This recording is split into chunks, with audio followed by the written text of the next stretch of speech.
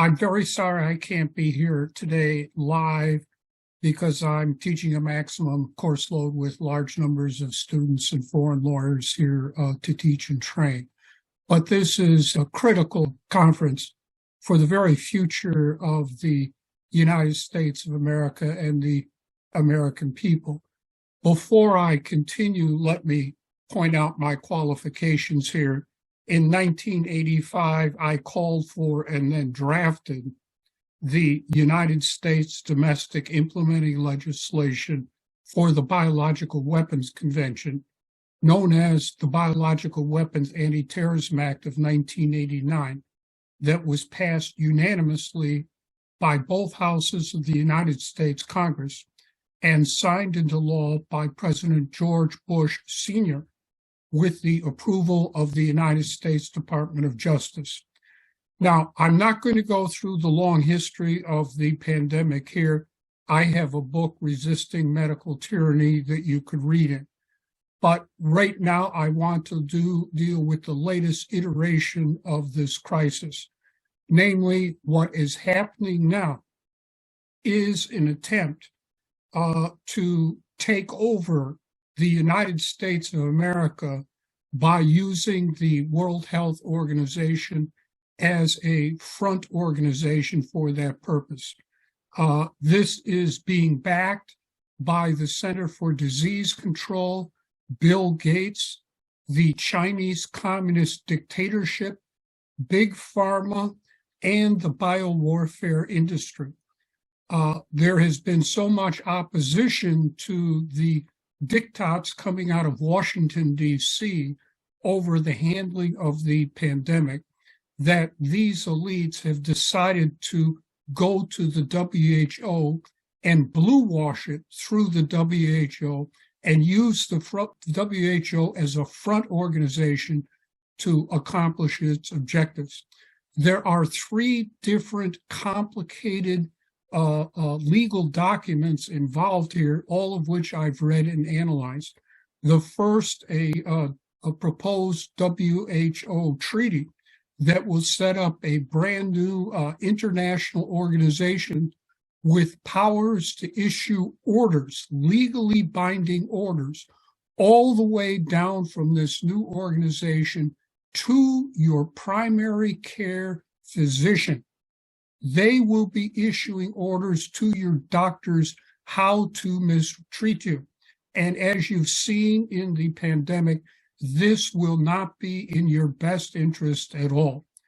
The treaty has been deliberately drafted for the purpose of circumventing and undermining and contravening the power of the Senate, the U.S. Senate, to give its advice and consent to the treaty.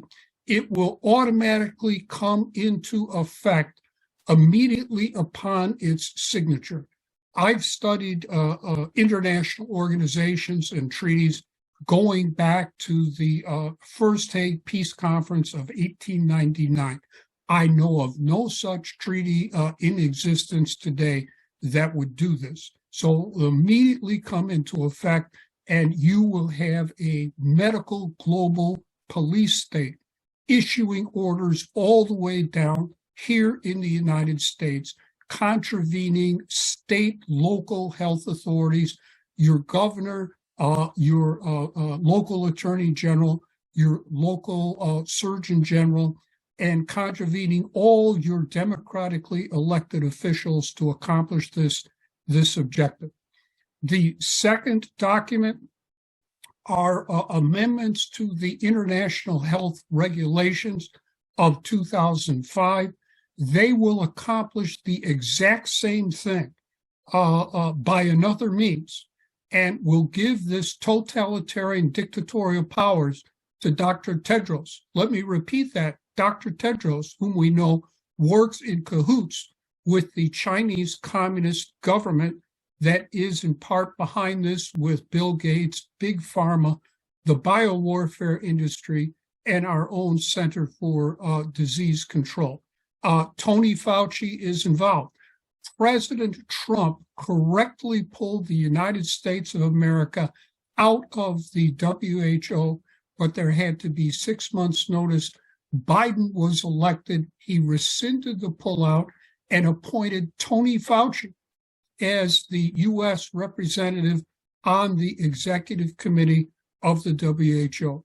If you have any doubts about the criminality of Tony Fauci, I would encourage you to read Bobby Kennedy Jr.'s book on the real Tony Fauci. This man's a criminal. He should be put in jail. But that is what is going to happen under these IHR regulations. They will accomplish the same thing as the treaty, only by a different U.S. constitutional mechanism. It will not require the advice and consent of 2/3 of the Senate. As you know, Senator Johnson recently introduced legislation in the Senate saying that any treaty should receive the advice and consent of the Senate. That's not going to do the trick. With all due respect to Senator Johnson and his colleagues, if you read these documents, that will not do the trick.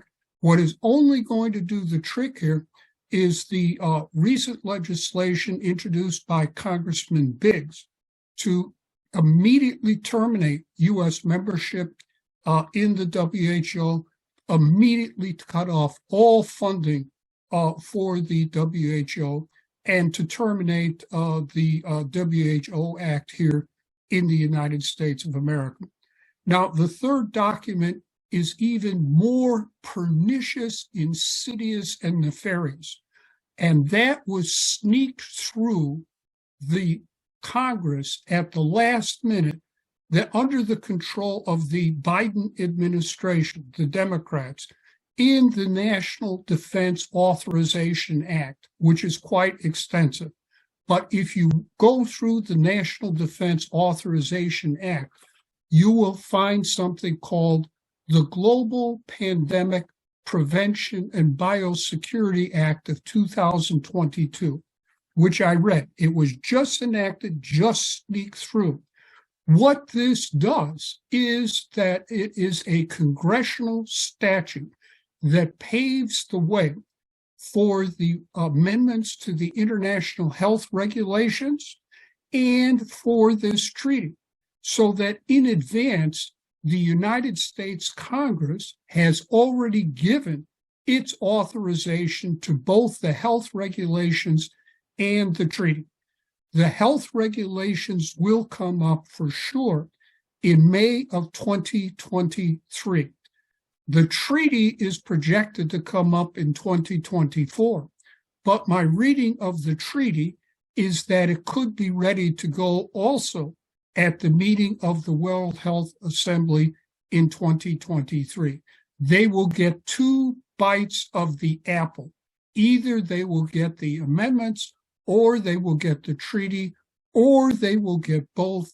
And both of them have already been approved by the Global Pandemic Prevention and Biosecurity Act of 2022, just snuck through Congress in the dead of night.